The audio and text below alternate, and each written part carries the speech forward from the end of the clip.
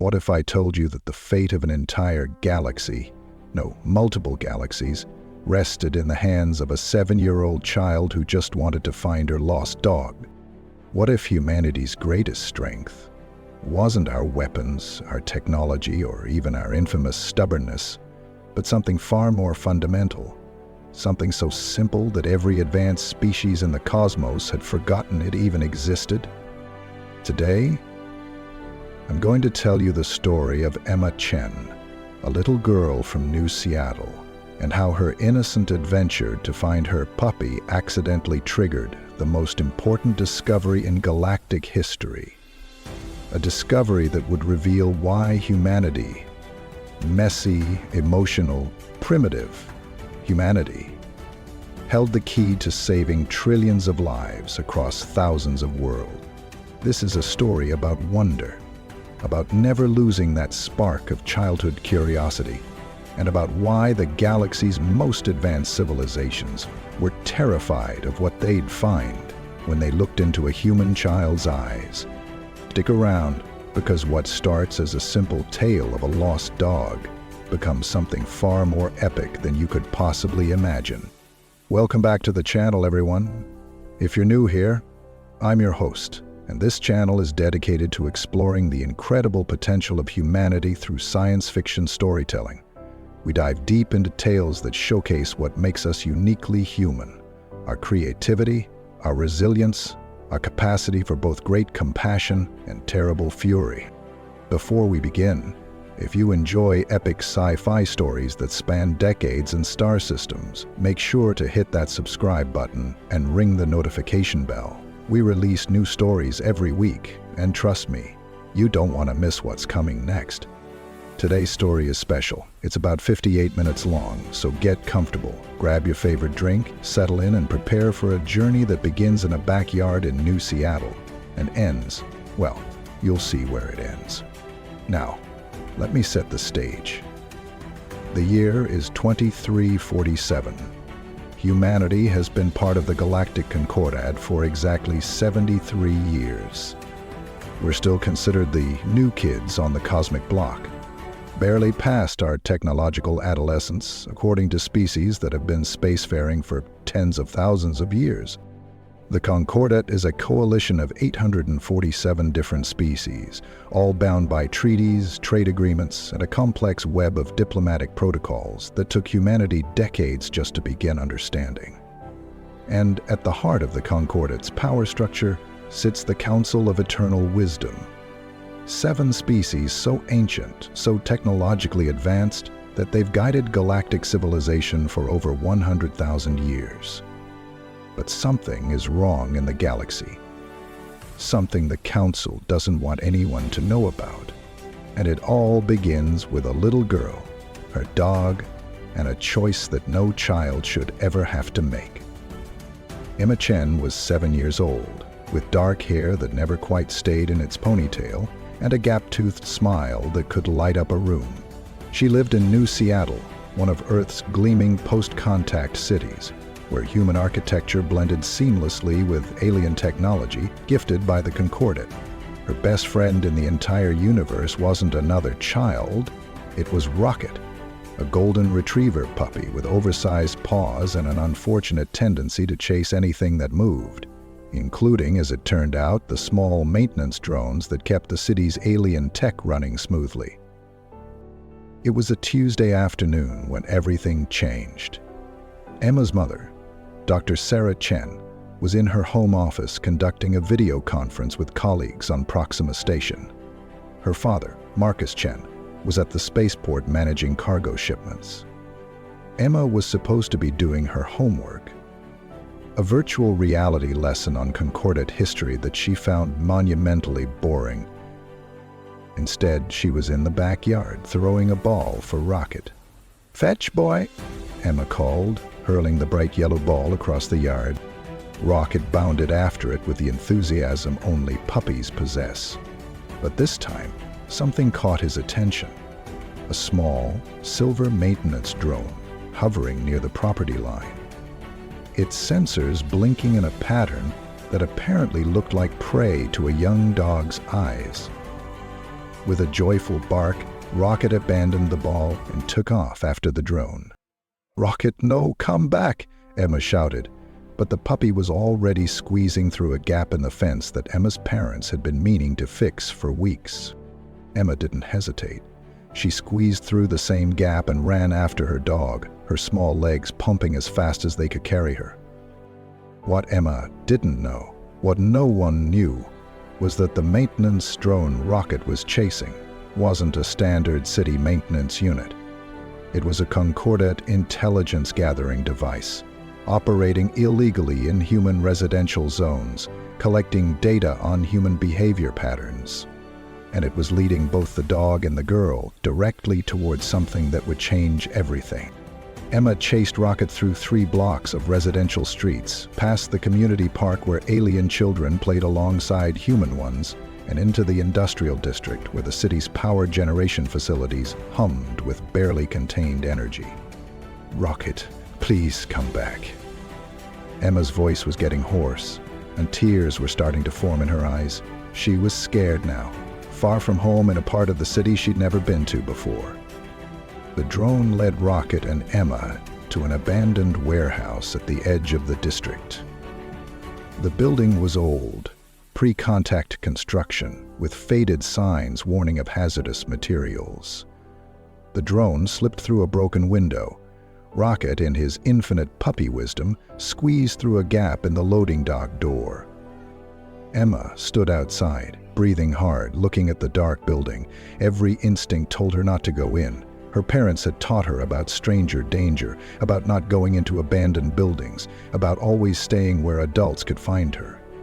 She stood for a long moment, but Rocket was in there. Her best friend. Her puppy. Emma took a deep breath and pushed through the gap in the door. Inside, the warehouse was dark and smelled of rust and old chemicals. Emma's eyes adjusted slowly to the dim light filtering through dirty windows. She could hear Rocket barking somewhere deeper in the building. "Rocket, where are you, boy?" She moved carefully through the warehouse, past old crates and abandoned machinery. The barking was coming from a room at the back, behind a door that hung crooked on its hinges. Emma pushed the door open and froze. The room beyond wasn't part of the warehouse. It couldn't be. The walls glowed with soft blue light, covered in symbols that hurt to look at directly. In the center of the room stood a structure that Emma's 7-year-old mind could only describe as a science fiction thing. A cylindrical chamber about 8 feet tall, made of a material that seemed to shift between solid and liquid.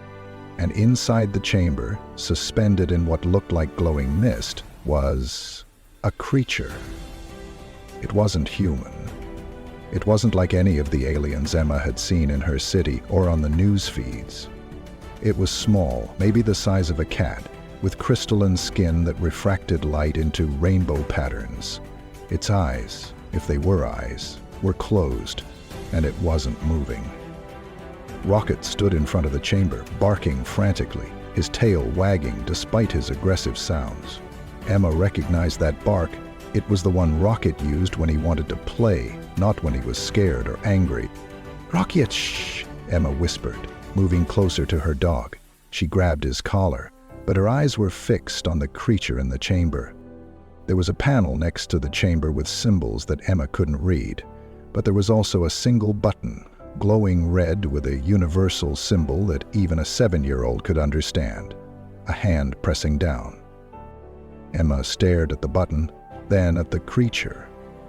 It looked sad, even suspended in whatever that glowing mist was, even with its eyes closed. It looked sad and alone. "Are you okay?" Emma whispered to the creature, knowing it couldn't hear her. That's when she noticed the other symbols around the chamber. They were counting down. Emma didn't know what the symbols meant, but she understood counting down. Counting down meant something was going to happen when it reached 0, and the counter was almost at 0. Emma looked at the red button, then at the creature, then at Rocket, who had stopped barking and was now sitting quietly. looking up at her with his big brown eyes as if to say, "Well, what are we going to do?" Emma Chen was 7 years old. She didn't understand galactic politics or ancient technologies or the consequences of interfering with Concordat operations. She just knew that something was counting down, that the creature looked sad, and that the red button was right there. She pressed it. The chamber's glow intensified, then faded. The mist dissipated. The front of the chamber opened with a soft hiss, and the creature tumbled out, landing in a heap on the floor. For a moment, nothing happened. Then the creature's eyes opened. They were like opals, swirling with colors, and it looked directly at Emma. And then it spoke, not with words, but directly into Emma's mind. "Thank you, small one. You have saved not just me, but countless others, though you do not yet understand what you have done." Emma stumbled backward, grabbing Rocket's collar for support. You can talk? In my head? I am Lyra. I am a keeper. And you, Emma Chen, have just become the most important human in the galaxy. How do you know my name? I know many things. I know that you came here chasing your companion. I know that you pressed the button not because you understood what it would do, but because you thought I looked sad. I know that this simple act of compassion, something the Concordat has forgotten, has just changed everything. Before Emma could respond, alarms began blaring throughout the warehouse. Red lights flashed, and Emma heard the sound of heavy footsteps approaching. "We need to leave," Lyra said, this time speaking aloud in a voice like wind chimes. "They are coming. The ones who imprisoned me. They will not be pleased that you have freed me." Who's coming?" "The Concordat's enforcers. And Emma, they will not care that you are a child." Emma scooped up Rocket with one arm. He was getting too big for this, but adrenaline gave her strength, and looked at Lyra. "What do we do?" The crystalline being moved with surprising speed, flowing across the floor like water. "Follow me. There is a way out that they do not know about. I have been conscious in that prison for many cycles, watching, learning." They ran through the warehouse, Lyra leading the way with Emma and Rocket close behind. The footsteps were getting closer, and Emma could hear voices shouting in languages she didn't recognize. "You need help." Lyra pointed to a ventilation shaft near the ceiling. "Can you climb?" Emma looked at the shaft, then at Rocket. "Not with my dog." "Then we fight," Lyra said simply. "Fight?" "I'm 7. Yes. And that is precisely why we will win." Before Emma could ask what that meant, the warehouse doors burst open. 3 figures entered, and Emma's breath caught in her throat. They were concordant enforcers. She recognized the armor from news feeds about peacekeeping operations. But these enforcers looked different. Their armor was black instead of the standard silver, and their weapons were already drawn. The lead enforcer was a krill, a species that looked like a cross between a mantis and a wolf. Its mandibles clicked as it spoke, the translator rendering its words in flat, emotionless English. "Step away from the Keeper, human child. This does not concern you." Emma held Rocket tighter and moved to stand between the enforcers and Lyra. "You were hurting her. She was trapped." "It was contained for the safety of the galaxy," the krill said. "You do not understand what you have done." "I understand that keeping someone in a cage is wrong." Emal's voice was shaking, but she didn't move. The krill's head tilted, studying her. "Fascinating. The human child displays the species' characteristic irrationality, emotional response overriding logical self-preservation." One of the other enforcers, a being made of what looked like living metal, raised its weapon. "Shall we neutralize the witnesses?" "No," the krill said. "The child is human. Harming her would create complications." We will simply take the Keeper and administer memory suppression to the child." "You will do neither," Lyra said, stepping forward.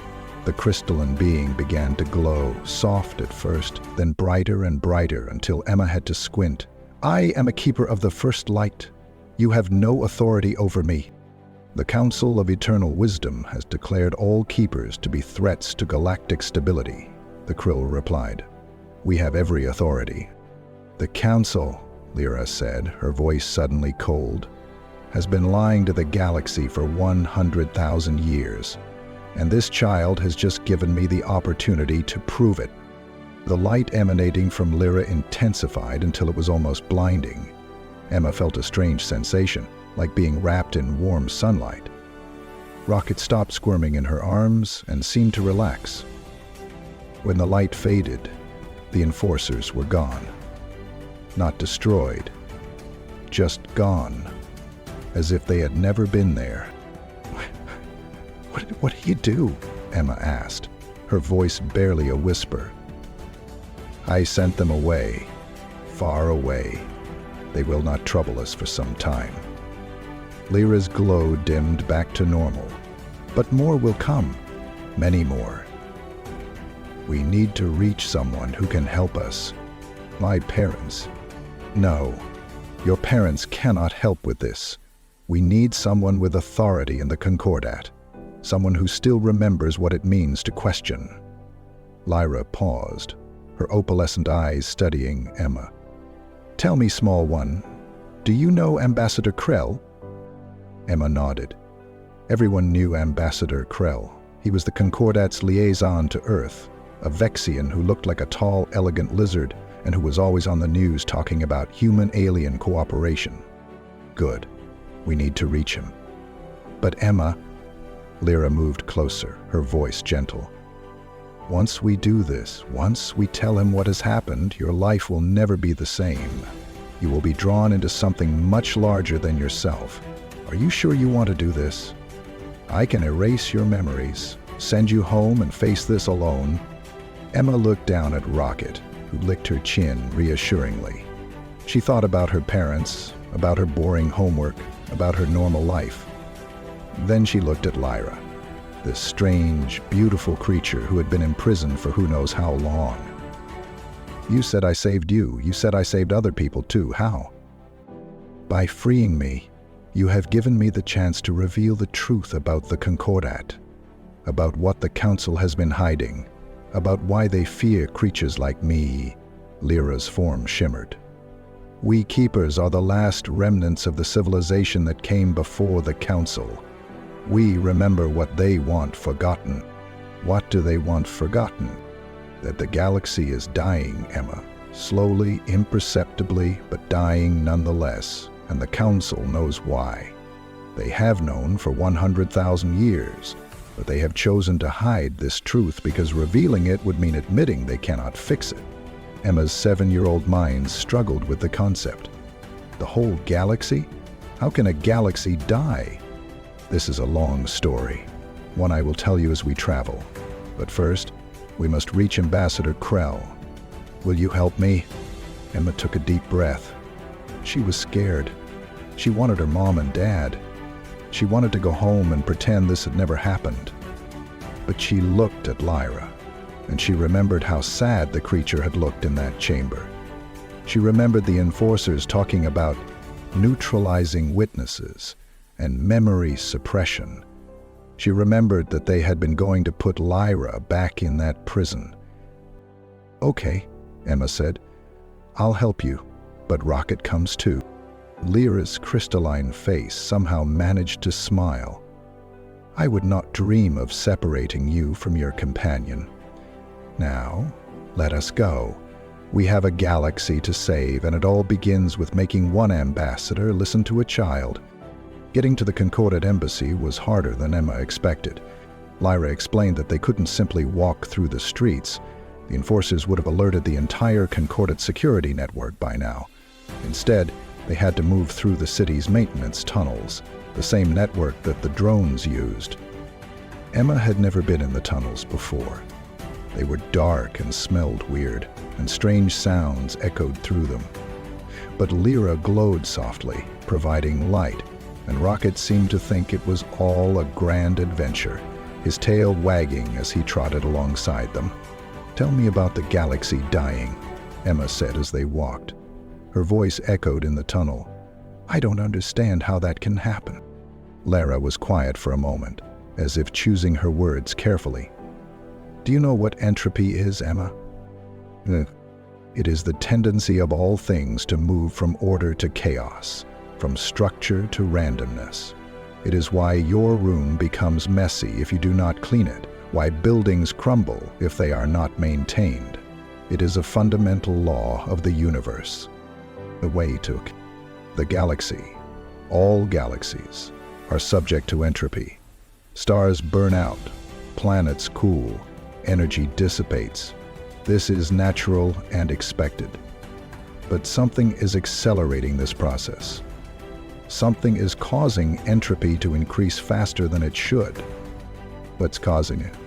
There is what the Council discovered 100,000 years ago, and that is what they have been hiding ever since. Lyra paused at an intersection in the tunnels, her eyes glowing brighter as she checked for danger. The universe is not alone, Emma. There are other universes, other realities pressing against ours. And at certain points, the barriers between universes grow thin. When this happens, entropy from those other realities bleeds into ours, accelerating the decay. Emma tried to wrap her mind around this. So, other universes are making our universe die faster? In a manner of speaking, yes. The Council discovered this and realized that if the process continued unchecked, all life in our galaxy would end within 1,000,000 years, perhaps less. 1,000,000 years is a long time, Emma said. To you, yes. To species that live for thousands of years, it is merely a few generations. To the Council, it is an eye blink. Lyra turned down another tunnel. But here is the important part, Emma. The Council also discovered a solution, a way to repair the barriers between universes and stop the entropy bleed. That's good, right? So why didn't they do it? Because the solution requires something the Council no longer possesses. Something they lost long ago in their pursuit of logic, efficiency, and order. Lyra stopped and looked directly at Emma. It requires imagination, wonder, the ability to see possibilities that do not yet exist, the capacity to believe in things that seem impossible. Don't understand. The barriers between universes are not physical things, Emma. They are conceptual. They exist in the space between what is and what could be. To repair them requires a mind that can hold contradictory ideas simultaneously, a mind that can believe in magic while understanding science, a mind that can see the universe not as it is, but as it could be. Emma thought about this. And the Council can't do that? The Council has spent 100,000 years optimizing themselves for logic and reason. They have removed emotion, intuition, and imagination from their species through genetic engineering and cybernetic enhancement. They are perfect logical beings. Lyra's voice grew sad, and that perfection has made them incapable of saving the galaxy. But if they can't fix it, who can? Lyra smiled. That is why they fear the Keepers, Emma. We remember the old ways. We remember when the Council species were young and still possessed wonder. We remember the solution, and we know who in the current galaxy might be capable of implementing it. Who? Humanity. Emma stopped walking. Us?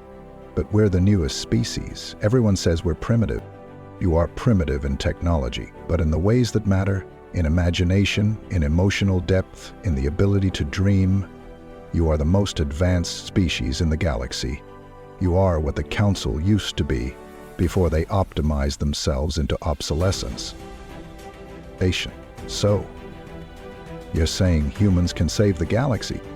I am saying that humans are the only species that can save the galaxy. But first, we must convince the Concordat of this truth, and that begins with Ambassador Krell. They walked in silence for a while, Emma processing everything she'd learned. Finally, she asked the question that had been bothering her. Why were you in that prison? What did you do?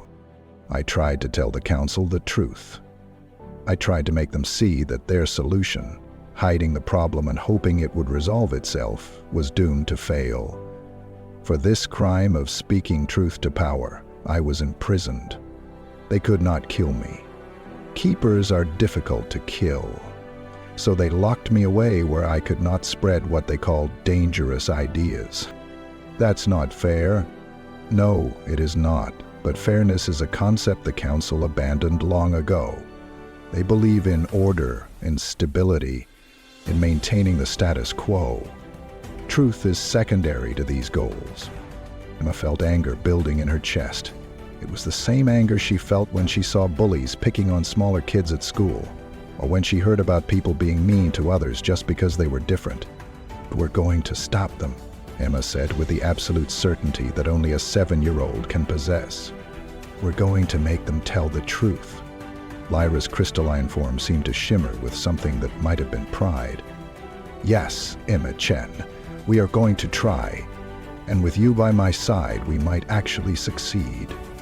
While Emma and Lyra made their way through the maintenance tunnels of New Seattle, a very different conversation was taking place 15,000 light-years away, in the heart of the Concordat's capital world. The Council of Eternal Wisdom met in a chamber that defied normal physics. It existed in 7 dimensions simultaneously, allowing the council members to perceive time as a spatial dimension, seeing past, present, and potential futures all at once. The 7 council members were ancient beyond human comprehension. They had guided galactic civilization for over 100,000 years, their wisdom and foresight preventing countless wars, famines, and catastrophes. They were revered across 847 worlds as the pinnacle of enlightened governance. They were also, at this moment, terrified. The Keeper has been freed, announced Council Member Zix, a being of pure energy contained within a crystalline matrix. Its voice resonated across all 7 dimensions. Worse, it was freed by a human child. Impossible, said Council Member Thane, whose species had evolved beyond physical form entirely, existing as a pattern of quantum probabilities. The containment field was designed to be impenetrable. How could a child? She pressed a button, Zax interrupted. The child saw the Keeper, thought it looked sad, and pressed the emergency release button. No hacking, no advanced technology, no complex plan, just compassion. A silence fell over the council chamber. Finally, Council Member Vex spoke. Vex was the youngest of the council, having served for only 30,000 years. Its species resembled a massive tree, with branches that moved like arms and roots that could walk. This is what we feared when we allowed humanity into the Concordat, Vex said. They are unpredictable, emotional. They act on impulse rather than logic. They are also, said Council Member Orn, the first species in 50,000 years to show the cognitive patterns we have been searching for. The ability to hold contradictory concepts simultaneously. The capacity for what they call imagination, which is precisely why they are dangerous, Thane argued. If the Keeper reaches them, if it tells them about the entropy bleed, they might actually attempt the solution. And if they fail, the attempt itself could accelerate the entropy bleed. ZX finished. The barriers between universes are delicate. An improperly executed repair could shatter them entirely, bringing about the end not in 1,000,000 years, but in mere centuries.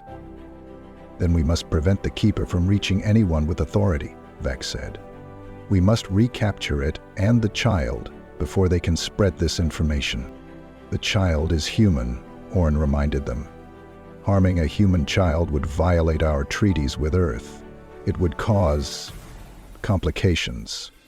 Then we do not harm her, Zack said. We simply ensure she is not believed. A 7-year-old child claiming to have freed an ancient being and learned the secrets of the universe?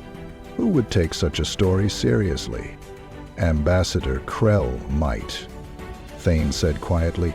He has always been sympathetic to human perspectives. He still possesses traces of imagination, despite our recommendations that he undergo the optimization procedure. Then we must reach Krell before the child does, Vex decided. We must ensure he understands the stakes. The child must be discredited, the Keeper recaptured, and this incident buried before it can spread. And if Krell refuses to cooperate, Orn asked. The council members looked at each other across 7 dimensions. Finally, Zik spoke. Then Ambassador Krell will need to be replaced with someone more compliant. Ambassador Krell stood in his office in the Concorded Embassy in New Seattle, staring at the message that had just appeared on his secure terminal. It was from the Council of Eternal Wisdom, a direct communication which was rare. The Council typically worked through intermediaries. The message was brief and clear. A security incident had occurred. A human child had interfered with a Concordat operation. If the child attempted to contact him, he was to detain her and contact Concordat security immediately. Under no circumstances was he to listen to anything she might say about keepers or entropy bleeds or the death of the galaxy. Krell read the message 3 times, his reptilian features betraying no emotion. But inside, his mind was racing. He had been ambassador to Earth for 15 years. In that time, he had grown to admire humans in ways that made his superiors uncomfortable. They were messy, yes, emotional, certainly, prone to making decisions based on feelings rather than logic, absolutely. But they were also creative in ways that no other species in the Concordat could match. They wrote stories, created art, dreamed of impossible things, and then made them real.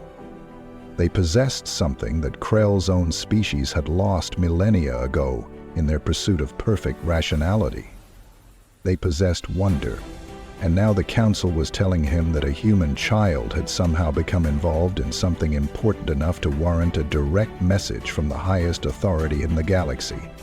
Something involving keepers, a term Krell had only heard whispered in the oldest historical archives. Something about the death of the galaxy. Krell made a decision that would change his life forever. Instead of preparing to detain the child, he began researching. He accessed the deepest, most restricted archives he had clearance for, looking for any mention of keepers, entropy bleeds, or ancient secrets. What he found made his blood run cold. There were gaps in the historical records, entire periods of galactic history that were simply missing, redacted, removed. And all of these gaps occurred around 100,000 years ago, right when the Council of Eternal Wisdom had first risen to power. Krell had been a loyal servant of the Concordat his entire life. He had never questioned the Council's wisdom, but now, for the first time, he found himself wondering, what were they hiding? And why were they so afraid of a 7-year-old child? His terminal chimed, a message from building security. Ambassador, there's a human child here to see you. She says it's urgent. She has something with her. Something we can't identify. It's not showing up on our scanners. Krell took a deep breath. This was the moment. He could follow the Council's orders, detain the child, and maintain his comfortable position, or he could do something that terrified him. He could listen. Send her up, Krell said, and clear the floor. I want no one else present. Sir, the Council's orders. I'm aware of the Council's orders, Krell interrupted. I am also the Concordat's ambassador to Earth, and I have the authority to conduct diplomatic meetings as I see fit. Send the child up, now. As he waited, Krell walked to his window and looked out at New Seattle. It was a beautiful city, a blend of human and alien architecture that represented the best of what the Concordat could be. different species working together, learning from each other, building something greater than any could achieve alone.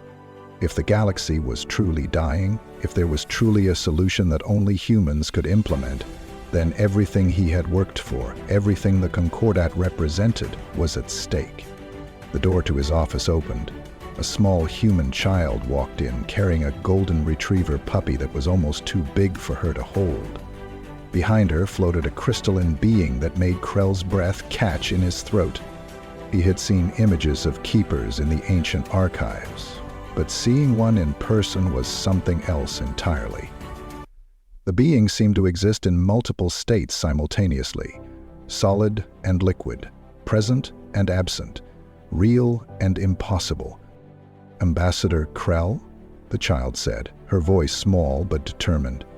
"My name is Emma Chen. This is my dog Rocket, and this is Lyra. She's a keeper. And we need your help to save the galaxy." Krell looked at the child, then at the keeper, then back at the child. He thought about the council's orders. He thought about his career, his reputation, his comfortable life.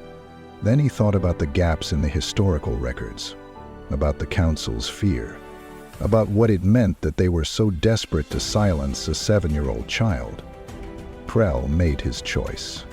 "Please," he said, gesturing to the chairs in his office. "Sit down. Tell me everything." Hurry. Emma sat in the large chair across from Ambassador Krell's desk, her feet dangling well above the floor. Rocket had curled up at her feet, apparently deciding that after all the excitement, a nap was in order.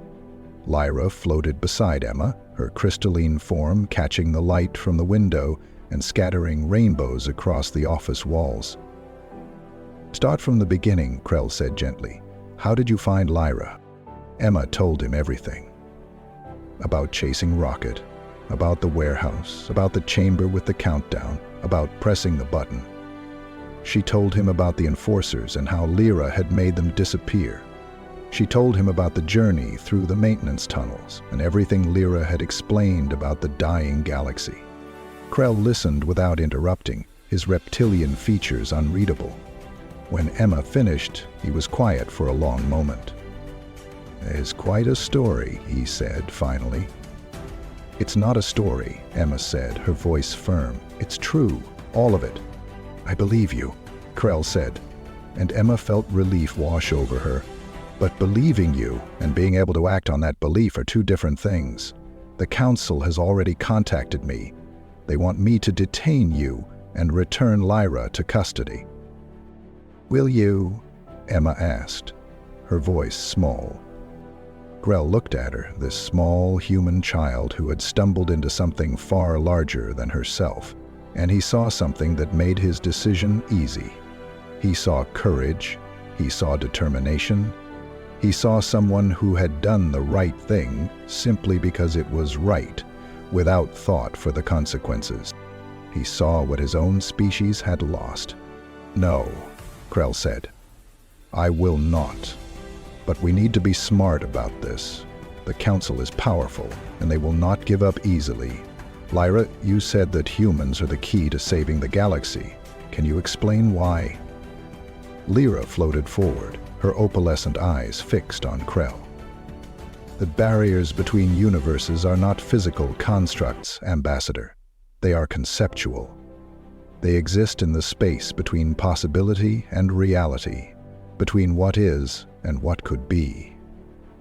To repair them requires a mind that can navigate this space, a mind that can imagine things that do not yet exist and believe in them strongly enough to make them real."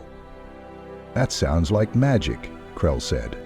"Magic is simply science that has not yet been explained," Lyra replied. "But yes, in a sense, it requires what humans would call magic. It requires the ability to hold contradictory ideas simultaneously, to believe that something is both impossible and achievable, to see the universe not as a fixed set of rules, but as a canvas of infinite possibilities. And you believe humans can do this?" "I know they can. I have studied humanity since they joined the Concordat. I have watched them create art that moves the soul. tell stories that reshape reality, dream of impossible things, and then build them. They possess something that every other species in the galaxy has lost or never had: the ability to wonder. Krell leaned back in his chair. The Council would argue that wonder is inefficient, that it leads to wasted resources and poor decision-making. The Council is correct, Lyra said. Wonder is inefficient, it is messy, it leads to mistakes and failures, but it also leads to breakthroughs that pure logic could never achieve. It allows for solutions that should not exist according to rational analysis. And you believe that only humans possess this ability. Not only humans, but humans possess it in greater abundance than any species currently in the Concordat. Your own species once had it, Ambassador, before you optimized it away in pursuit of perfect rationality. Krell was quiet, processing this. Emma watched him, trying to read his alien features. Finally, he spoke. If what you say is true, if the galaxy is truly dying and humans are the only ones who can save it, then we need to prove this to the Concordat.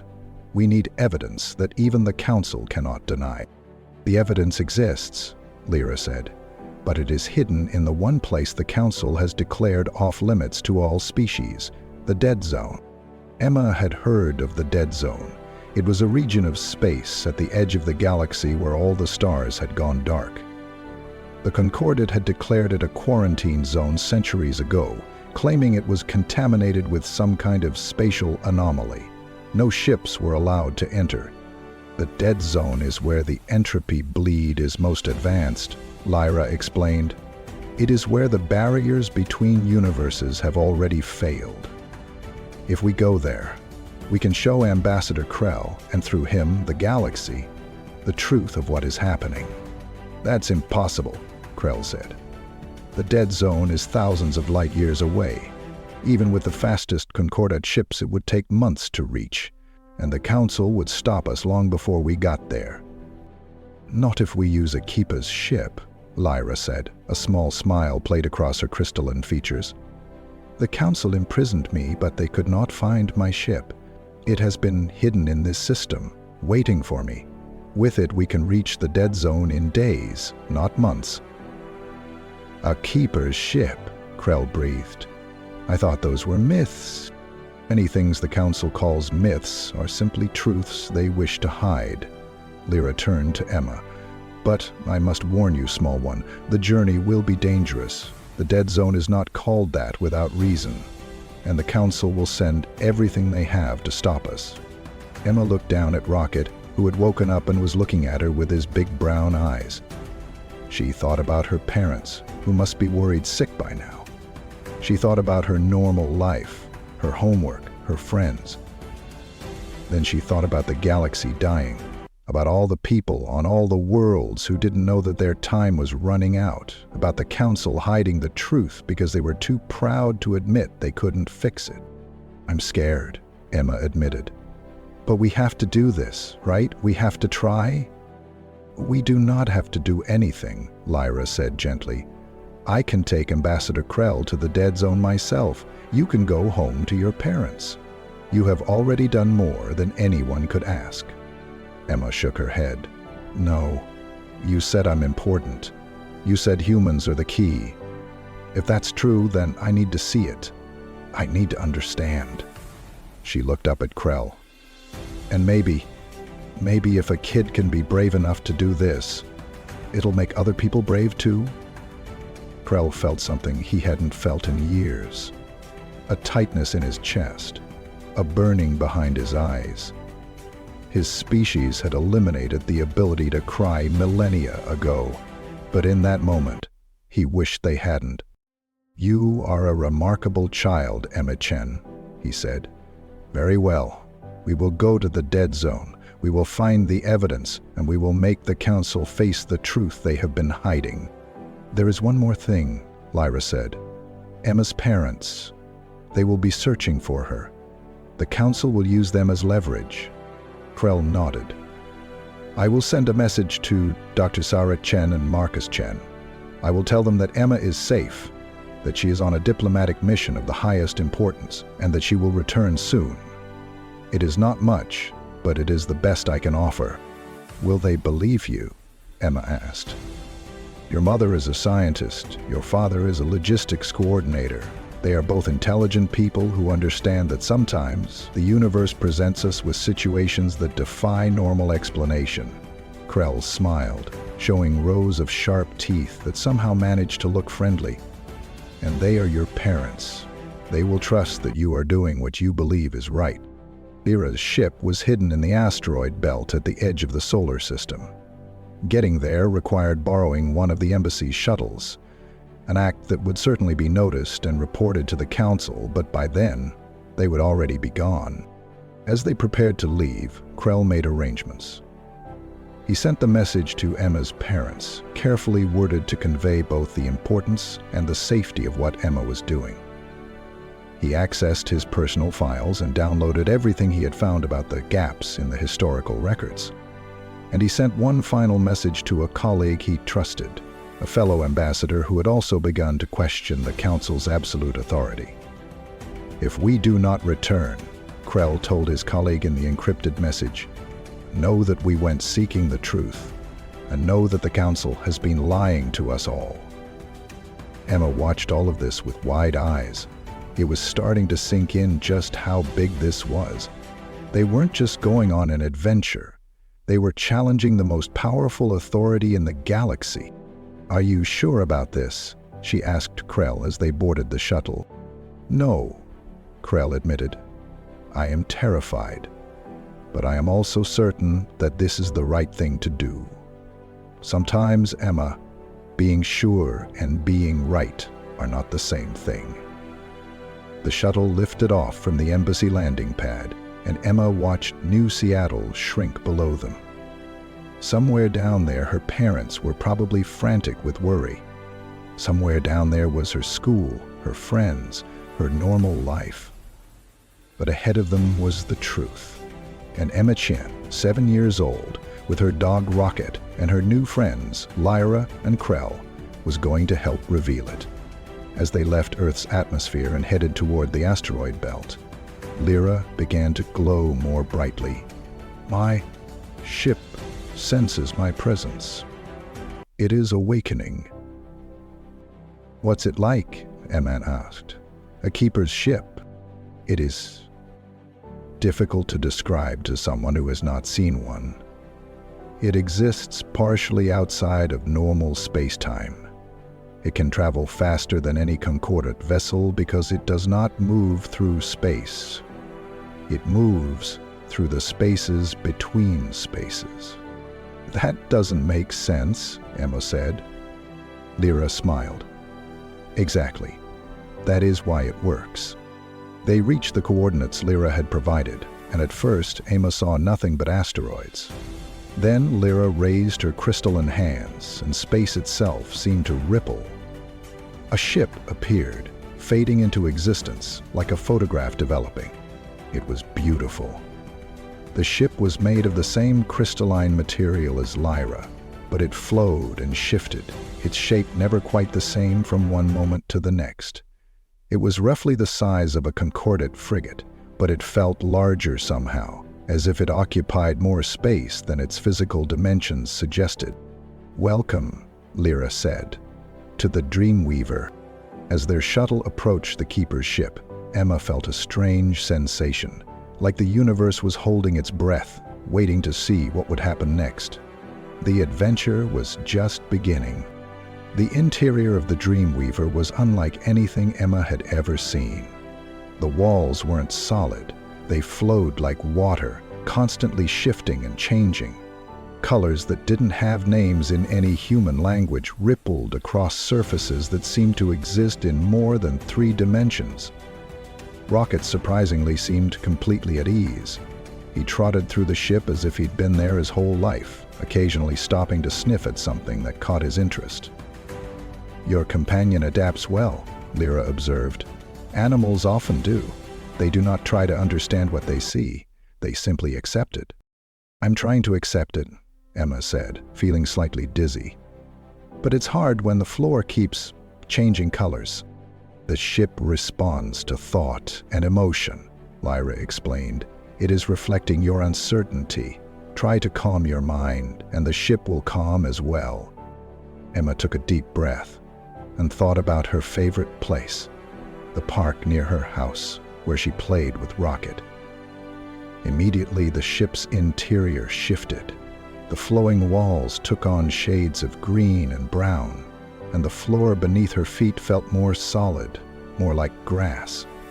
Remarkable, Krell said, watching the transformation. The ship is responding to a 7-year-old's thoughts? The ship responds to all thoughts, Lyra said. But Emma's thoughts are particularly strong because they are uncomplicated by doubt or overthinking. She imagines the park, and the ship becomes more park-like. It is that simple. Nothing about this is simple, Krell muttered. But he seemed fascinated rather than disturbed. Lyra led them to what she called the navigation chamber, a spherical room at the heart of the ship where they could see the stars all around them, as if the walls had become transparent.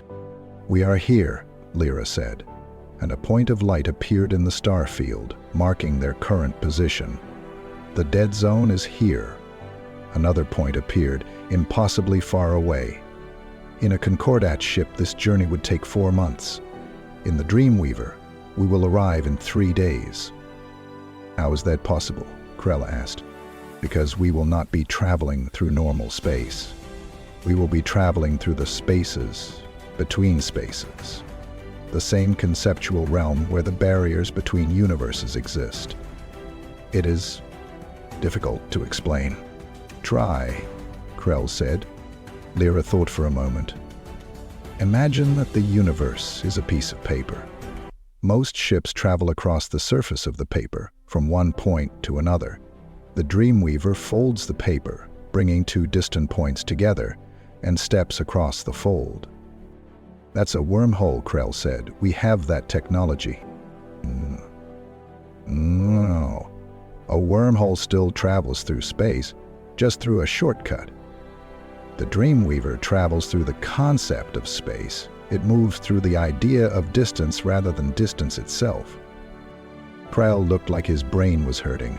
Emma understood the feeling. "Can I ask a question?" Emma said. "Of course, small one." "The ship responds to thoughts, and we're going to be traveling through concept space. What happens if I think the wrong thing? Could I mess everything up?" Lyra's expression softened. "That is a very intelligent question, Emma. And the answer is, you could, but you will not." "How do you know?" "Because children are very good at believing in impossible things. Adults struggle with this. They know too much about how the universe should work, and this knowledge limits them. But children can believe that a ship can travel through the spaces between spaces because they have not yet learned that such things are impossible. So my not knowing stuff actually helps?" "Precisely. Your ignorance is your strength." Lyra paused. "That came out wrong. What I mean is—" "I get it," Emma said, smiling. "It's like how Rocket can catch a ball without knowing about physics. He just does it." "Exactly. You understand perfectly." Krell had been quiet, processing all of this. Finally, he spoke. "Lyra, you said that the barriers between universes exist in this conceptual space. If we're traveling through it, will we see them? Will we see the damage?" "Yes," Lyra said, her voice becoming serious. "And I must warn you both. What you will see may be disturbing. The spaces between spaces are not meant for mortal minds to perceive. They exist outside of normal causality, outside of time as you understand it. You may see things that have not yet happened, or things that happened long ago, or things that never happened at all but could have." "That sounds scary," Emma said. "It can be. But remember, you will be safe inside the Dreamweaver. The ship will protect you, and I will be with you. This is your home. You are community. What about Rocket?" As if in answer, Rocket trotted over and sat down next to Emma, his tail wagging. Lyra smiled. Animals perceive the conceptual realm differently than thinking beings do. To Rocket, it will simply be an interesting place with new smells. He will be fine. Okay, Emma said, taking a deep breath. I'm ready. Let's go save the galaxy. Lyra moved to the center of the navigation chamber and raised her crystalline hands. The stars around them began to move, slowly at first, then faster and faster, until they were streaks of light. Then even the streaks faded, and they were surrounded by something else. Emma had expected darkness, or maybe bright light, or something dramatic. What she got was much stranger. The space around the Dreamweaver was filled with colors that shouldn't exist. Colors that were somehow between other colors, or beside them, or underneath them. Shapes moved through this space. But they weren't shapes in any normal sense. They were more like the idea of shapes, the concept of form without actual form. And there were sounds, not sounds that Emma heard with her ears, but sounds she felt in her bones, in her thoughts. They were like music, but music that had never been played, music that existed only as potential. This is beautiful, Emma whispered. Krell was gripping the edge of a console, his reptilian features showing clear distress. This is madness. How can you find this beautiful? Because I'm not trying to understand it, Emma said. I'm just looking at it. Lyra nodded approvingly. The child grasps what takes most adults years to learn. The conceptual realm cannot be understood through logic. It can only be experienced. As they traveled deeper into this strange space, Emma began to see other things. Glimpses of places, events. She saw a city made of light, with beings of pure energy moving through streets that existed in more dimensions than she could count. She saw a vast darkness that somehow felt alive, watching them with interest, but not hostility. She saw what looked like a tree, but each branch was a different timeline, a different possibility. What is that? Emma asked, pointing at the tree. That is what we call a probability nexus, Lyra explained. A point where multiple potential futures branch off from a single moment. Every decision, every choice, creates new branches. Can we see the branches? Can we see what might happen? We could, but we should not. Looking too closely at potential futures can influence which future becomes real. It is better to let probability collapse naturally. They traveled for what felt like hours, though Lyra explained that time didn't work normally in the conceptual realm. Emma found herself getting sleepy, lulled by the strange music that wasn't music, and the flowing colors. She must have dozed off because the next thing she knew, Rocket was licking her face and Lyra was saying, "Emma, wake up. We are approaching the barriers. You need to see this."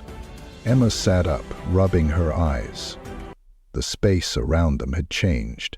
The beautiful colors were still there, but now there were cracks. That was the only word Emma could think of. Cracks in reality itself. Like when a window breaks but hasn't fallen apart yet. Those are the barriers between universes, Lyra said quietly. Or rather, those are the places where the barriers have failed. Through the cracks, Emma could see other places, other universes. One looked almost like their own, but the stars were different colors. Another was filled with geometric shapes that moved with purpose, as if they were alive. A third was nothing but swirling chaos, energy and matter mixing in ways that made Emma's eyes hurt to look at. The entropy bleed, Krell breathed. It's real. It's all real. Yes, Lyra said, and it is getting worse. These cracks were smaller when I was last here, 100,000 years ago. They have grown significantly. Can you fix them? Emma asked. No, I do not have the ability, but I can show you what needs to be done. Lyra moved closer to one of the cracks. Watch carefully. She raised her hands and her crystalline form began to glow. The light from her body reached out toward the crack, and for a moment, the crack seemed to shrink, the edges pulling together like a healing wound. But then, Lyra lowered her hands, and the crack returned to its original size. "I can affect the barriers temporarily," Lyra explained, "but I cannot repair them permanently. To do that requires something I do not possess." "What?" Krell asked. "The ability to imagine a universe where the barriers are whole. To believe in that universe so strongly that it becomes real.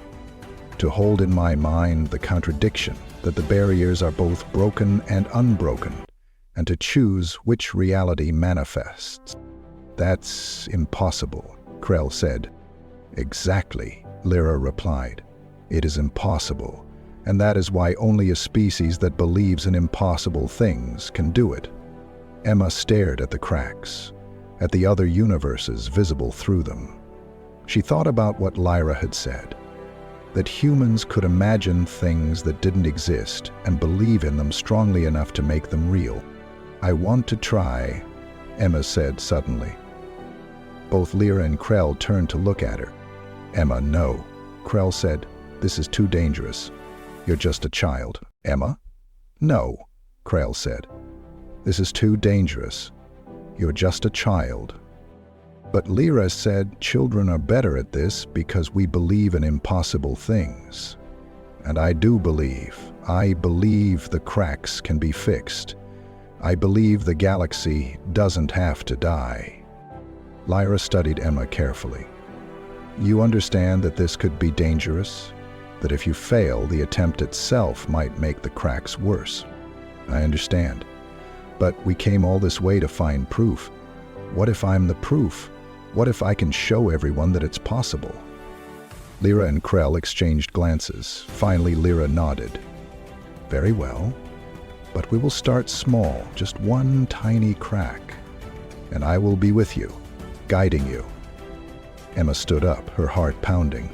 Rocket stood beside her, his tail wagging, as if this were just another game.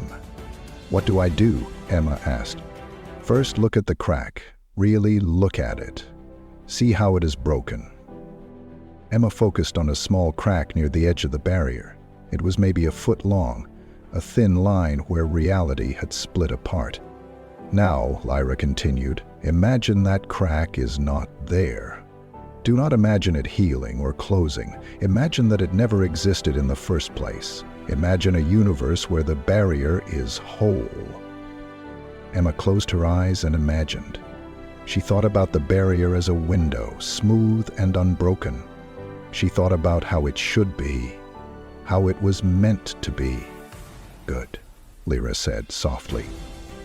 "Now, believe it. Believe that the universe you are imagining is the real one. Believe it so strongly that reality has no choice but to agree with you." Emma believed. She believed with the absolute certainty that only a 7-year-old can possess. She believed the way she believed that the sun would rise tomorrow, that her parents loved her, that Rocket would always be her best friend. She believed that the crack was not there. When she opened her eyes, it wasn't.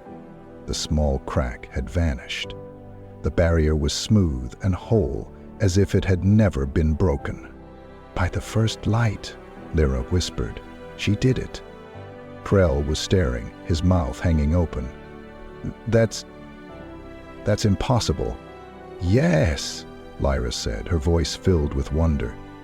"It is impossible, and that is exactly why it worked." Emma felt dizzy and sat down hard. Rocket immediately climbed into her lap, licking her face. "Did I really fix it?" she asked. "You did," Lyra confirmed. "It was a small crack, and the repair may not be permanent, but you did it. You proved that it is possible." "Then we have our evidence," Krell said. "We can show this to the Concordat. We can prove that humans can save the galaxy." "Not quite," Lyra said, her tone becoming serious. "We have proven that one human child, under ideal conditions, with my guidance, can repair a small crack. To save the galaxy, we would need thousands of humans working together, repairing cracks across the entire conceptual realm. It is a much larger undertaking. But it's possible, Emma said. That's what matters, right? If I can do it, other humans can learn to do it too. Yes, Lyra agreed. It is possible. And that changes everything. They stayed in the conceptual realm for several more hours, documenting everything they could.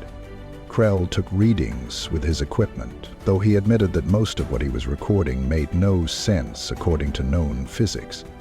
Lyra showed them more of the cracks, more of the damage that was slowly killing the galaxy. And Emma, exhausted from her effort, slept with Rocket curled up beside her, dreaming of whole barriers and healed universes. When they finally began the journey back to normal space, Lyra's expression was troubled. "What's wrong?" Krell asked. "The Council will know what we have done. They monitor the conceptual realm, even if they cannot travel through it as we do. They will have detected Emma's repair of the barrier." "Is that bad?" "Guys, it means they will know that we have proof, that we can demonstrate human capability. They will do everything in their power to stop us from sharing this information." "Then we'll have to be ready for them," Krell said grimly. As the Dreamweaver emerged back into normal space, alarms immediately began blaring. Krell checked his console and his face went pale. "There are 12 Concordat warships surrounding us," he said. "They're hailing us. They're demanding we surrender immediately." Emma woke up at the sound of the alarms. "What's happening?" "The Council has found us," Lyra said. "They are not pleased." "And what do we do?" Lyra smiled, and there was something fierce in that smile. "We do what humans do best, Emma. We improvise." The face that appeared on the Dreamweaver's communication screen was not one Emma recognized, but Krell clearly did. His reptilian features showed something Emma had never seen before. Fear. "Council Member Zix," Krell said, his voice carefully neutral. The being on the screen was difficult to look at directly. It appeared to be made of pure energy, contained within a crystalline matrix that hurt Emma's eyes when she tried to focus on it. "Ambassador Krell," the council member said, its voice resonating across multiple frequencies simultaneously. "You have committed treason against the Concordat. You have stolen classified information, harbored a dangerous fugitive, and worst of all, you have exposed a human child to knowledge that could destabilize galactic civilization." "I have exposed a human child to the truth," Krell replied, and Emma was surprised by the strength in his voice. "Something the Council has been hiding for 100,000 years.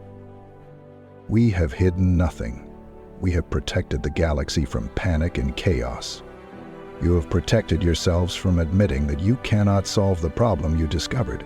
You have let the galaxy slowly die rather than admit you need help." The energy being pulsed with what might have been anger. "You understand nothing. The solution the Keepers propose is too dangerous. If it fails,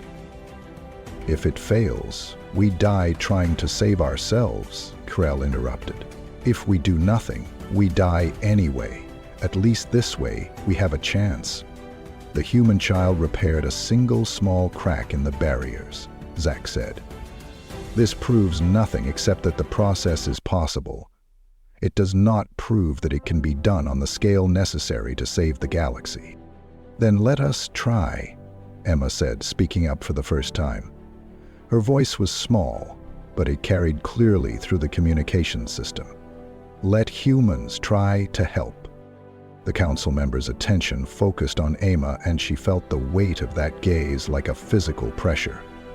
"Child, you do not understand what you are asking. The barriers between universes are delicate. An improperly executed repair could shatter them entirely, bringing about the end not in 1,000,000 years, but in mere centuries. The risk is too great." "The risk of doing nothing is greater," Emma replied. She was scared. Terrified, actually. But she thought about all the people on all the worlds who didn't know their galaxy was dying. You're so afraid of making things worse that you're letting them get worse anyway. We are working on a solution. You've been working on a solution for 100,000 years. Emma's voice rose. How much longer are you going to work on it before you admit you can't do it alone? Silence fell. The council members seemed taken aback by being challenged by a 7-year-old child. Finally, Zik spoke again. Even if we were to allow humans to attempt this repair, it would require thousands of them, working in coordination, all capable of the same feat you accomplished. How do you propose to find and train such individuals? We start by telling people the truth, Krell said. We explain the situation. We ask for volunteers. Humans are remarkably good at rising to challenges when they understand what's at stake. And if they fail, if the attempt makes things worse, then at least we tried, Emma said. At least we didn't just give up. The council member was quiet for a long moment. Then, you will return to Concordate space immediately. The child will be returned to her parents. Ambassador Krell, you will face a tribunal for your actions. And the Keeper will be returned to containment. No, Lyra said, speaking for the first time. Her crystalline form began to glow. I have been imprisoned once. I will not be imprisoned again. You have no choice. You are surrounded by 12 warships. Even a Keeper ship cannot stand against such force. Perhaps not, Lyra agreed. But I do not need to stand against them. I only need to escape them. Before anyone could react, Lyra's hands moved in a complex pattern. The Dreamweaver lurched, and suddenly they were moving. Not through normal space, but through the spaces between spaces. The warships tried to follow, but they couldn't. They were bound by normal physics, by the limitations of conventional faster-than-light travel. The Dreamweaver slipped between the cracks in reality and vanished. Where are we going? Krell asked, as the ship hurtled through the conceptual realm. Somewhere the Council cannot follow, Lyra replied. Somewhere we can plan our next move without interference. They'll be waiting for us wherever we emerge, Krell warned. They'll have ships at every major population center, every Concordate facility. Then we will not go to a Concordate facility, Lyra said. We will go somewhere the Council has no authority, somewhere humans are in charge. Earth, Emma realized. We're going back to Earth. Yes. And once there, we will do what the Council fears most. We will tell everyone the truth. The journey back to Earth took less time than the journey to the Dead Zone had. Lyra pushed the Dreamweaver to its limits and the ship responded, moving through the conceptual realm at speeds that defied measurement. But even as they traveled, Emma could see that something was wrong. The cracks in the barriers were more numerous here, closer to populated space. The entropy bleed was worse than Lyra had suggested. How long? Emma asked quietly. How long does the galaxy really have? Lyra was silent for a moment. Then, the Council's estimate of 1,000,000 years was optimistic. Based on what I have seen today, I would estimate we have perhaps 100,000 years, maybe less. That's still a long time, Emma said. For you, yes. For species that live for thousands of years, it is a handful of generations. For the galaxy as a whole, it is an eye blink. Lyra's form dimmed slightly. And if we do nothing, if we allow the entropy bleed to continue unchecked, the acceleration will increase. The end could come much sooner than even that. Krell had been monitoring their pursuit. The Council has mobilized a significant portion of the Concordate fleet. They're setting up blockades around Earth. They're not going to let us land. They cannot stop the Dreamweaver, Lyra said confidently. We will slip through their blockade as easily as we slipped through their ambush. And then what? Krell asked. Even if we reach Earth, even if we tell everyone the truth, the Council will simply deny it. They'll say we're lying, that we've been compromised, that the Keeper has manipulated us. Then we will show them, Emma said. We'll show them what I did. We'll prove that humans can repair the barriers. All demonstration is not enough, Krell argued. We need more. We need multiple humans, all capable of the same feat. We need undeniable proof. Emma thought about this. Then an idea struck her. What if we don't just tell adults? What if we tell kids too? Both Lyra and Krell looked at her. You said kids are better at this because we believe in impossible things, Emma continued. So what if we teach other kids? What if we show them what I did and let them try? Krell paused. That's actually brilliant. Children would be more receptive to the training. They wouldn't have the mental blocks that adults develop. And if we can demonstrate that multiple human children can repair the barriers, Lyra added, the Council will have no choice but to acknowledge the truth. So we need to get to Earth, Emma said. We need to tell everyone what's happening, and we need to start training people, especially kids, to help fix the barriers. The Council will fight us every step of the way, Krell warned. Let them, Emma said, with the fierce determination of a 7-year-old who had made up her mind. We're going to save the galaxy, and they can either help us or get out of the way. As they approached Earth, the Concordat blockade became visible. Dozens of warships surrounded the planet, their weapons armed and ready. They're hailing us, Krell reported. They're ordering us to surrender. Ignore them, Lyra said. We're going through. The Dreamweaver accelerated, and the Concordat ships opened fire. Energy beams and missiles streaked toward them, but Lyra guided the ship through the spaces between spaces, and the weapons passed through empty space where the Dreamweaver had been moments before. They emerged in Earth's atmosphere, the Dreamweaver's crystalline hull shimmering as it adapted to the new environment. Below them, New Seattle spread out in all its gleaming glory. Where do we land? Lyra asked. The park, Emma said immediately. The one near my house. It's big enough for the ship and it's where people gather. If we're going to tell everyone the truth, we should do it where everyone can see. Lyra smiled. The child has a flair for the dramatic. Very well, the park it is. As the Dreamweaver descended toward the park, Emma could see people pointing up at them, their faces filled with wonder and fear. News drones were already swarming, broadcasting the arrival of the strange, crystalline ship to the entire planet.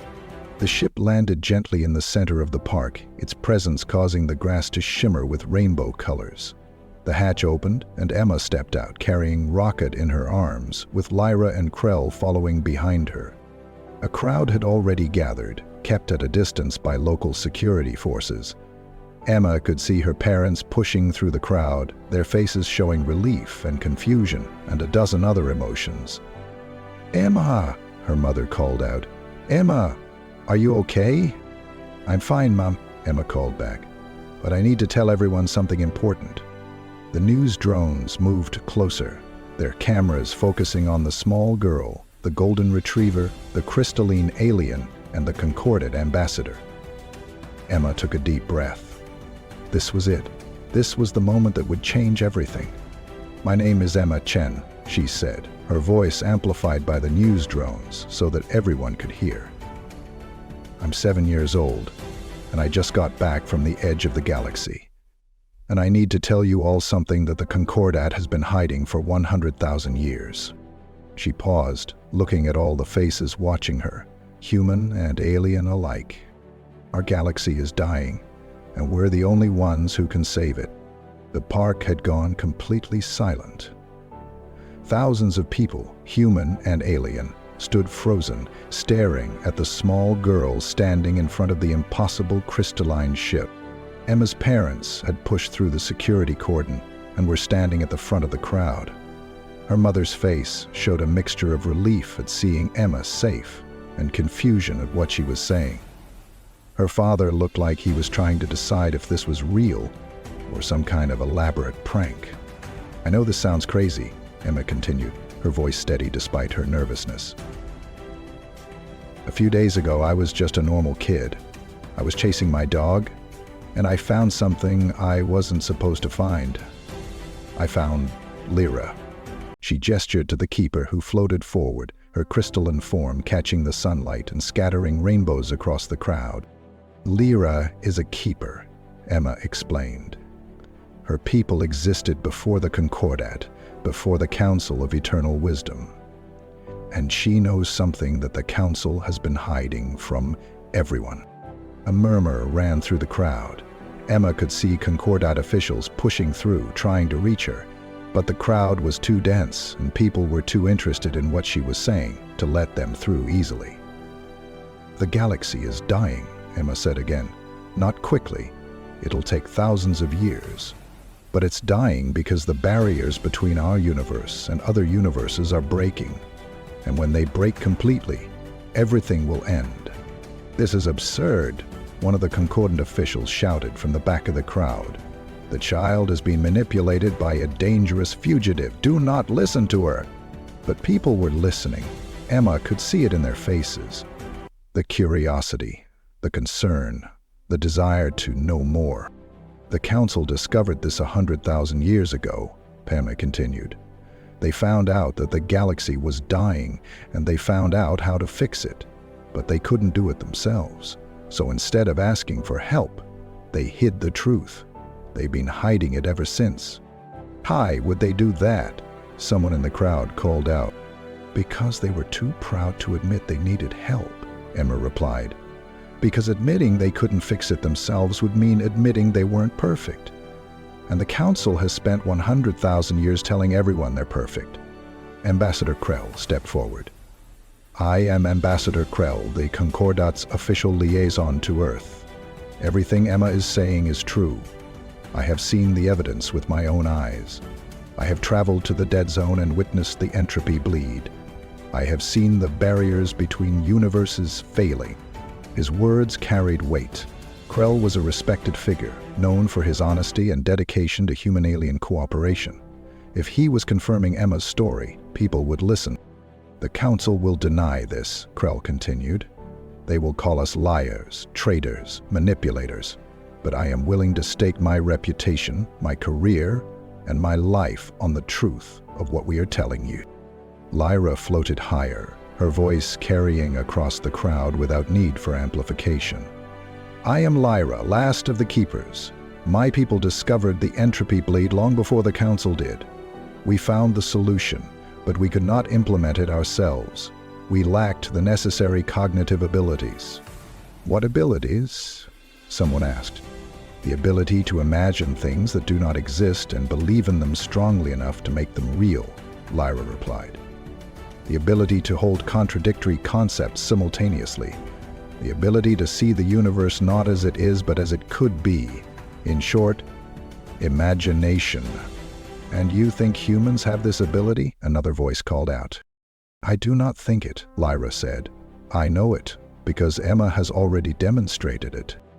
Emma felt all eyes turn to her. She swallowed nervously. "I fixed one of the cracks in the barriers. It was just a small one, but I did it. Lyra taught me how, and I believed I could do it. And I did." "Prove it," someone shouted. "If you can really do this, prove it." Emma looked at Lyra, who nodded encouragingly. "I cannot take everyone to the conceptual realm to see the barriers," Emma said. "But I can show you something else." She closed her eyes and thought about what Lyra had taught her. She thought about imagination, about believing in impossible things. She thought about the park, about how it was, and about how it could be. She imagined flowers. Thousands of flowers, blooming all at once in colors that didn't quite exist in nature. She imagined them so clearly that she could smell them, could feel their petals, could see them swaying in a breeze that wasn't there. And then she believed. She believed with absolute certainty that the flowers were real. When she opened her eyes, the park had transformed. Flowers covered every surface, the grass, the trees, even the Dreamweaver itself. They glowed with soft inner light, and their colors shifted and changed like Lyra's crystalline form. The crowd gasped. People reached out to touch the flowers and found them solid, real, impossible. "This is what imagination can do," Emma said quietly. "This is what humans can do. We can make impossible things real. And if we can do this, We can fix the barriers. We can save the galaxy. The flowers began to fade after a few moments. Emma couldn't maintain them indefinitely. But the impact had been made. People had seen the impossible become real. "The Council will say this is a trick," the Concordat official shouted, finally pushing through the crowd. "They will say it is technology, not imagination." "Then let them explain how a 7-year-old child has technology that surpasses anything in the Concordat," Krell replied calmly. "Let them explain how she learned to manipulate reality itself in the span of a few days." Emma's mother finally broke through the security line and ran to her daughter, scooping her up in a fierce hug. "Emma, baby, are you okay? Are you hurt?" "I'm fine, Mom," Emma said, hugging her back. "I'm sorry I scared you, but this was important. This is the most important thing ever." Her father joined them, wrapping both Emma and her mother in his arms. "We saw the ambassador's message," he said. "We knew you were safe, but we didn't understand what was happening." "I'll explain everything," Emma promised. "But first, we need to make sure everyone knows the truth. We need to make sure the Council can't hide this anymore." The Council's response. High above Earth, in orbit, the Concordat fleet was in chaos. The Council had ordered them to prevent the Dreamweaver from landing, and they had failed. Now they were receiving new orders. "Do not engage, do not interfere, simply observe and report." The Council was regrouping, planning their response. In the 7-dimensional chamber where the Council met, the 7 members were engaged in the most heated debate they'd had in millennia. "The child has revealed everything," Zyke said, its energy form pulsing with agitation. "The entire galaxy will know within hours. We cannot contain this." "Then we do not try to contain it," Vex replied. "We control the narrative. We admit that, yes, there is an entropy bleed, but we emphasize the danger of attempting to repair it. We make the galaxy understand that the risk of action is greater than the risk of inaction." "Will they believe us?" Thane asked.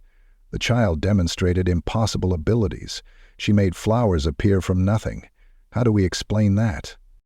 "We say it was technology," Orn suggested. "Advanced Keeper technology that the child was manipulated into using.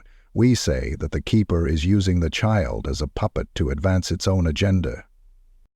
"And what agenda would that be?" Zax asked. "What possible motivation could the Keeper have for wanting to save the galaxy?" A silence fell. The Council members looked at each other across 7 dimensions, and for the first time in 100,000 years they had no answer. Finally, the 7th Council member spoke. This was Council member Eon, the oldest and wisest of them all, who rarely participated in debates, but whose words carried immense weight when they did speak. "We have made a mistake," Aeon said simply. The other Council members turned to stare. "We discovered the entropy bleed 100,000 years ago," Aeon continued. "We found the solution, and we chose not to implement it because we were afraid. Afraid of failure, afraid of admitting we needed help, afraid of losing our position as the galaxy's supreme authority." "We chose to protect the galaxy from panic," Vex protested. "We chose to protect ourselves from embarrassment," Eon corrected. "And in doing so, we have allowed the problem to worsen. The child is right. We have been working on a solution for 100,000 years, and we are no closer to finding one than we were at the beginning." "So what do you propose?" Zax asked. "I propose we do something we have not done in millennia," Aeon said. "I propose we admit we were wrong. I propose we ask for help." The chamber fell silent. The concept was so foreign to the Council that they struggled to process it. "If we admit we were wrong," Thane said slowly, "we lose our authority. The Concordat will question every decision we have ever made." "Perhaps they should," Aeon replied. "Perhaps we have held authority for too long. Perhaps it is time for new voices, new perspectives, new solutions." You would have us step down? Vex asked, shocked. I would have us evolve, Aeon said. We have spent 100,000 years optimizing ourselves for logic and reason. We have removed emotion, intuition, and imagination from our species. We thought this made us superior, but the child has shown us the truth. We have optimized ourselves into obsolescence. Aeon's form shifted, taking on a configuration that suggested deep thought. The humans are what we used to be before we improved ourselves. They are messy, emotional, irrational. They make mistakes, they fail, but they also dream, create, and imagine. They possess the very qualities we discarded as inefficient. So you propose we allow humans to attempt the repair? Orn asked. I propose more than that, Aeon said.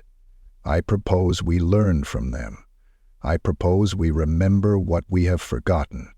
I propose we become once again a species capable of wonder.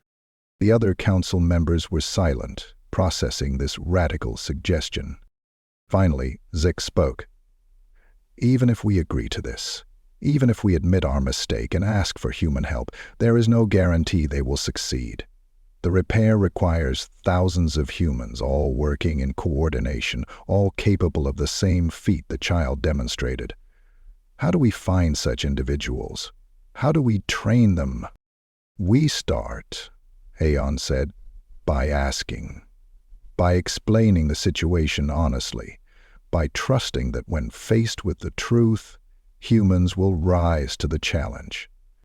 And if they fail? Then we fail together, Aeon replied.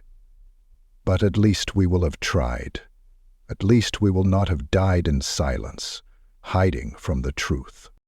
Back on Earth, Emma stood with her parents, Lyra, Krell, and Rocket, watching as the news drones broadcast her story across the planet and beyond. Within hours, it had spread to every human colony, every Concordat world, every corner of the galaxy. The response was immediate and overwhelming. Some people were skeptical, demanding more proof.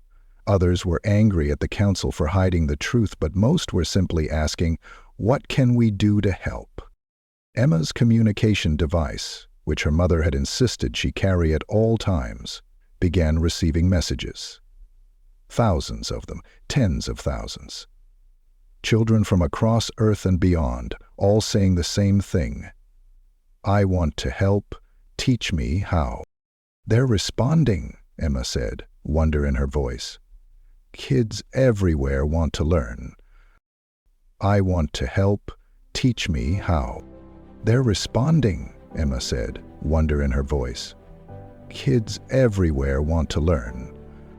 Of course they do, Lyra said, her crystalline form glowing with something that might have been pride. Children understand what adults often forget, that the impossible is just the possible that hasn't happened yet. Krell was monitoring the Concordat communication channels. The council is broadcasting a response. They're admitting it. They're admitting they hid the truth. Everyone turned to watch as the council's message played. Council member Aeon appeared on screens across the galaxy, its ancient form somehow managing to convey humility despite its alien nature. Citizens of the Concordat, Aeon began. We, the Council of Eternal Wisdom, have failed you. We discovered the entropy bleed 100,000 years ago. We found the solution, and we chose not to implement it because we were afraid. We were too proud to admit we needed help. For this, we apologize. The message continued, explaining the situation in detail, confirming everything Emma and Lyra had said. It ended with a request. We ask for humanity's help. We ask for volunteers, especially young humans, whose minds are still flexible enough to learn the necessary skills. We ask for forgiveness, and we ask for the chance to work together to save our galaxy. Emma looked up at her parents.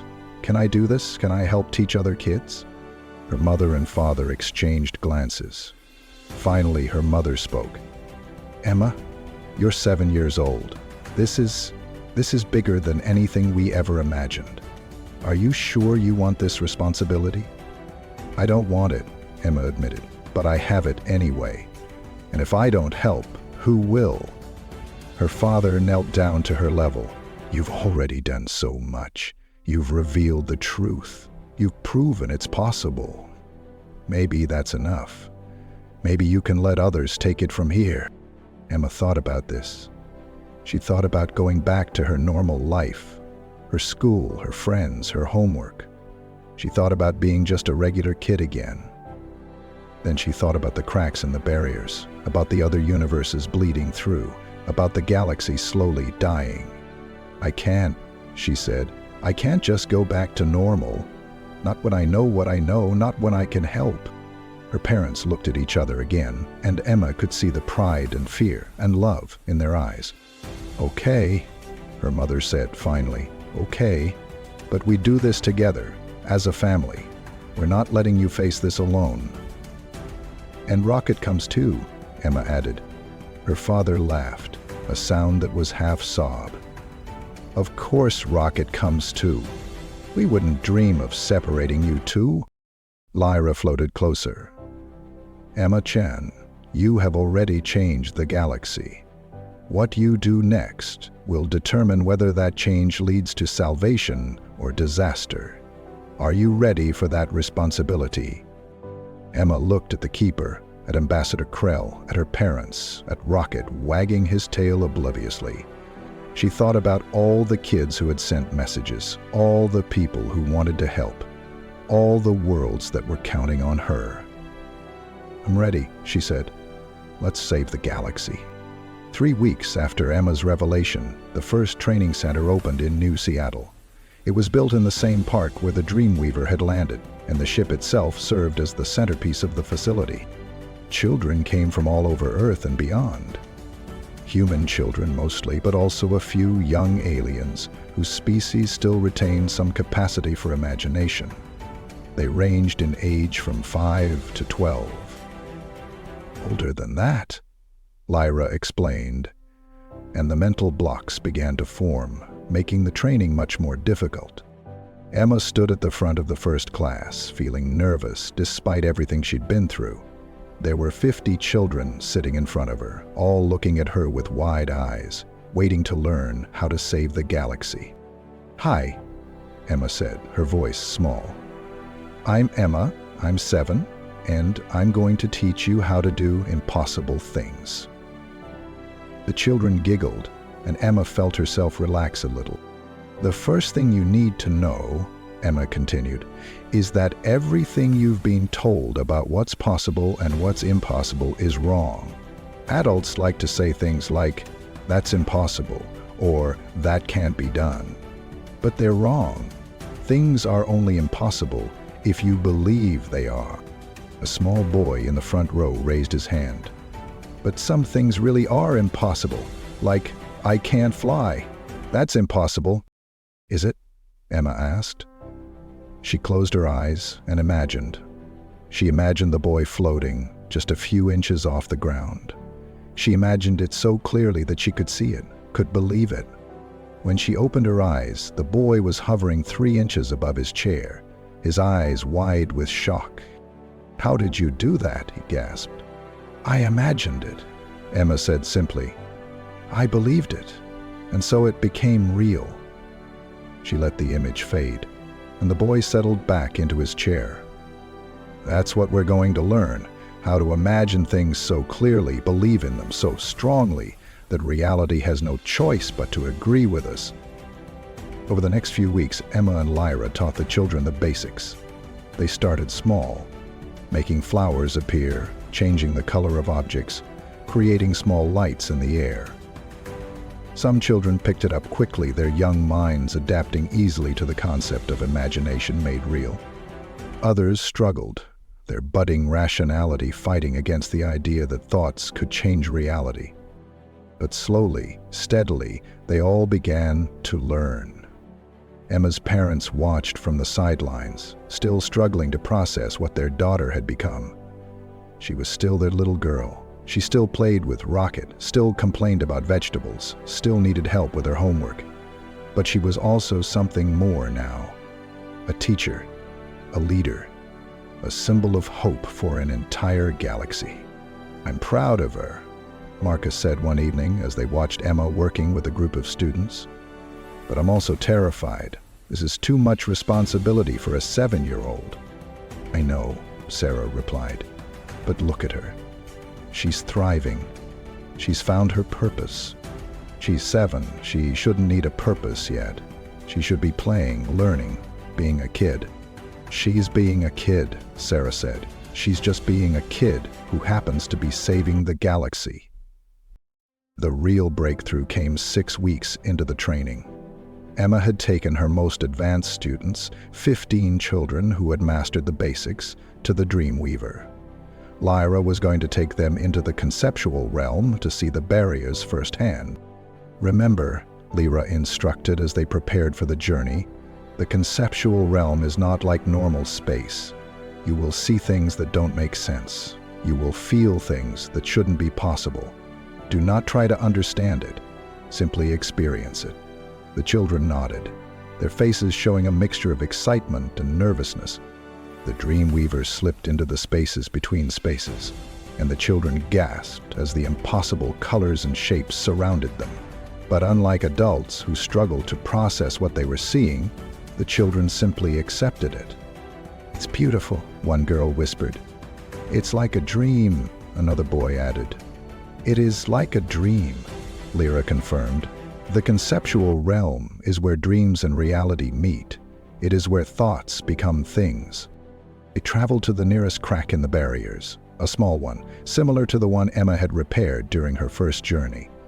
The children stared at it, seeing through the crack into another universe where the laws of physics were different, where stars burned in colors that shouldn't exist. "Can we fix it?" Emma asked the group. "How?" one of the children asked.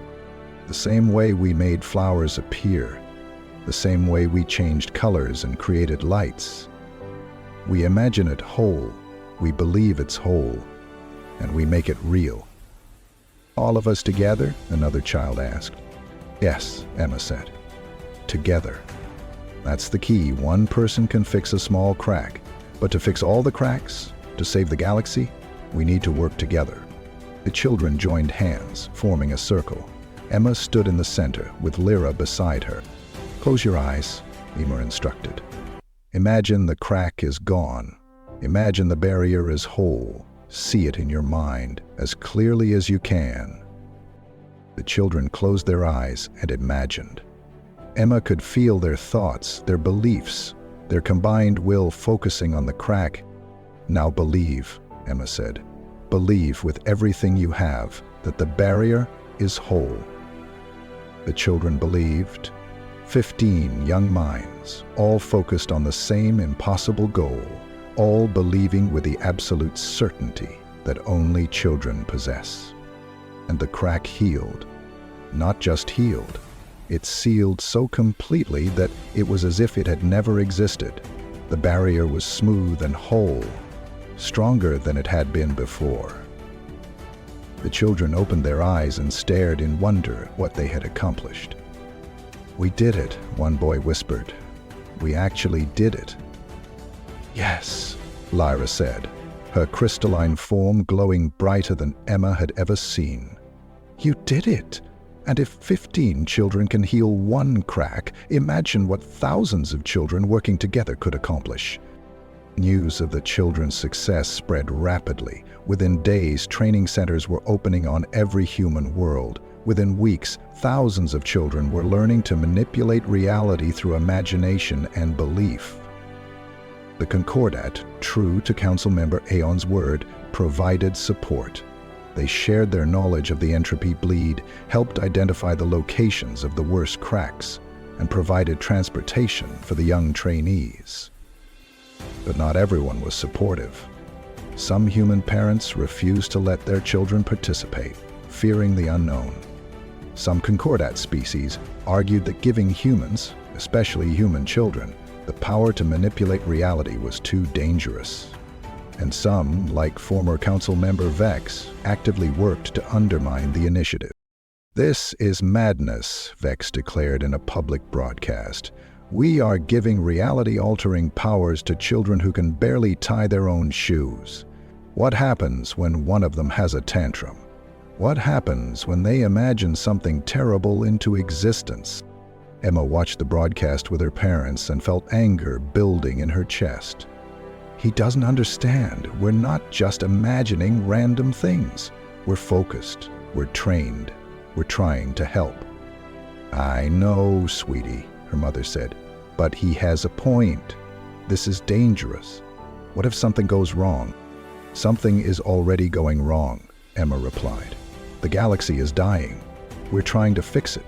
Yes, it's dangerous, but doing nothing is more dangerous. Her father pulled her into a hug. You're right, and we're proud of you. But we're also scared. You're our little girl, and you're taking on the weight of the galaxy. I'm not doing it alone, Emma said. There are thousands of us now, and more every day. We're going to fix this, together. 3 months after Emma's initial revelation, the training had progressed enough that the Council agreed to attempt the first major repair operation. They had identified a region of space where multiple large cracks had formed, creating a zone of instability that was affecting nearby star system. 500 trained children, including Emma, would travel to the site aboard a fleet of ships. They would work together to repair the cracks, demonstrating once and for all that the solution was viable. The night before the mission, Emma couldn't sleep. She lay in bed, staring at the ceiling, with Rocket snoring softly beside her. Her mother came in and sat on the edge of the bed. Can't sleep? I'm nervous, Emma admitted. What if we fail? What if we make things worse? Then you'll learn from it and try again, her mother said. That's what humans do. We fail, we learn, we try again. It's how we've always done things. But this is different. This is the galaxy. If you mess up, you'll fix it, her mother interrupted gently. Emma, you've already done the impossible. You've proven that humans can repair the barriers. Tomorrow, you're just going to do it on a bigger scale. Just, Emma said, managing a small smile. Okay, not just, her mother admitted. But you won't be alone. You'll have 499 other kids with you, all just as capable as you are. You'll have Lyra guiding you. You'll have the entire galaxy supporting you. And Rocket? And Rocket, her mother confirmed. Though I'm not sure what help a golden retriever will be in repairing the fabric of reality. His moral support, Emma said, scratching Rocket's ears. The dog's tail thumped against the bed without him waking up. Her mother kissed her forehead. Get some sleep, sweetie. Tomorrow, you're going to change the galaxy. Again. The repair operation was a success. 500 children, working in perfect coordination, healed the cracks in the barriers. It took 6 hours of intense concentration, but when it was done, the region of space that had been unstable was now secure. The galaxy watched in awe as children, human children barely old enough to read, accomplished what the Council of Eternal Wisdom had deemed impossible. More training centers opened, more children learned, more cracks were healed. It would take years, decades even, to repair all the damage. But for the first time in 100,000 years, the galaxy had hope. Emma continued to teach, to learn, to grow. She was still 7 years old, then 8, then 9, still a kid who liked playing with her dog and complained about homework. But she was also the girl who had saved the galaxy, who had proven that imagination and belief could change reality itself. The Council of Eternal Wisdom underwent a transformation. Inspired by humanity's example, they began to reverse some of their optimizations, reintroducing emotion and intuition into their species. It was a slow process, but they were learning to wonder again. Ambassador Krell became the Council's liaison to the human training program, helping to coordinate the repair efforts across the galaxy. He never regretted his choice to listen to a 7-year-old child. And Lyra? Lyra remained on Earth, teaching, guiding, and watching with satisfaction. as the galaxy learned the lesson her people had tried to teach 100,000 years ago, that the greatest power in the universe isn't logic or reason or technology, it's imagination. 10 years after Emma Chen chased her dog into an abandoned warehouse, the last major crack in the barriers was repaired. The entropy bleed had been stopped. The galaxy was safe. Emma was 17 now, preparing to attend university to study quantum physics and philosophy. She still worked with the training program, but she'd passed the torch to a new generation of children who were learning to shape reality with their thoughts. She stood in the same park where it had all begun, with Rocket, now an old dog, gray around the muzzle but still loyal, sitting beside her. The Dreamweaver was still there, a permanent monument to the day everything changed. "Do you ever regret it?" her mother asked, standing beside her. "Giving up your normal childhood?" Emma thought about this. "Sometimes," she admitted. "But then I think about all the people on all the worlds who are alive because we stopped the entropy bleed. I think about all the kids who learned that they could do impossible things, and I think maybe it was worth it." "Maybe?" her mother asked with a smile. "Definitely," Emma corrected. "Definitely worth it." As they walked home through the park, Emma looked up at the stars. Somewhere out there, children were learning to imagine, to believe, to make the impossible real. Somewhere out there, the galaxy was healing, and it had all started with a little girl, her dog, and a choice to press a button because someone looked sad. Sometimes, Emma thought, the biggest adventures start with the smallest acts of kindness. And sometimes saving the galaxy is as simple as believing that you can.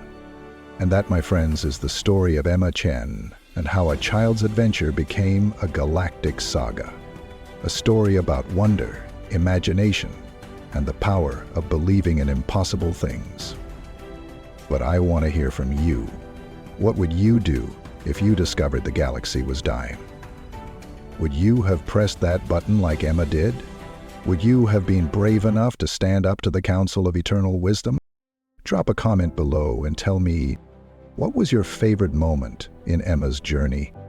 If you could have one ability from this story, what would it be? Do you think children really are better at believing in impossible things than adults? What impossible thing do you wish you could make real? And here's a fun challenge. In the comments, describe one impossible thing you believed in as a child. Let's celebrate that childhood wonder together. If this story moved you, if it made you think about the power of imagination and belief, then please hit that like button. It really helps the channel grow and lets me know you want more epic sci-fi stories like this one. Subscribe if you haven't already. We release new stories every week and I've got some incredible tales coming up. Next week we're diving into a story about what happens when humanity discovers we're not the first intelligent species from Earth. We're just the first to survive. You won't want to miss it. Ring that notification bell so you never miss an upload. And if you really enjoyed this story, share it with someone who needs a reminder that imagination and wonder are powerful forces in the universe. Thank you so much for spending the last hour with me on this journey. Thank you for believing in the power of stories, in the potential of humanity, and in the idea that sometimes the smallest among us can change everything. Everyone suffer for a little, and then the sky is filled with the... Until next time, keep dreaming, keep imagining, and never stop believing in impossible things. He said this has been your host, and remember, the galaxy needs more people like Emma Chen, people who see someone in trouble and help, people who believe things can be better, people who have the courage to press the button, even when they don't know what will happen next. See you in the next adventure, Space Explorers.